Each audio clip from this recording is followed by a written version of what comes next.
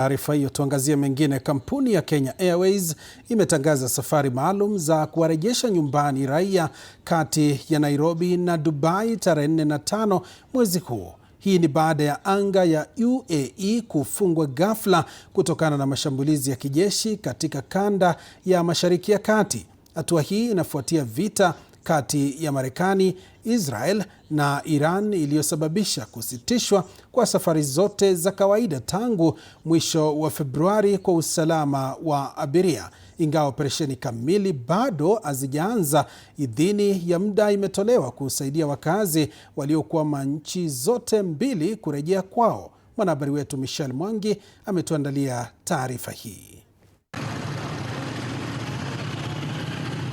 Sauti za mlipuko na makabiliano ya kijeshi yaligeuza anga ya Dubai kuwa eneo la hatari, ikilazimu kufungwa kwa uwanja wa kimataifa wa Dubai na kuwaacha maelfu ya wasafiri katika hali ya sintofahamu. Hata hivyo, mwanga wa matumaini umeanza kuchomoza, huku kampuni ya Kenya Airways ikipata idhini adimu ya kutekeleza safari za uokozi katikati ya vumbi hili la kivita.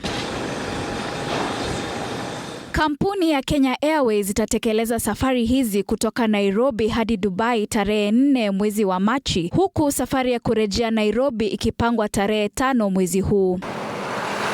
Ila ni muhimu kuelewa kuwa hizi si safari za kawaida za kibiashara, bali ni operesheni ya kipekee kwa raia wenye vibali vya makazi ya UAE na Kenya wanaotafuta njia ya kurejea nyumbani. Shirika la KQ linasisitiza kuwa usalama ndio dira kuu. Hivyo basi wateja waliokuwa Dubai wanaombwa kutoelekea uwanjani hadi hapo muda na tarehe rasmi ya kuondoka itakapothibitishwa. Michelle Mwangi, TV47, Nairobi.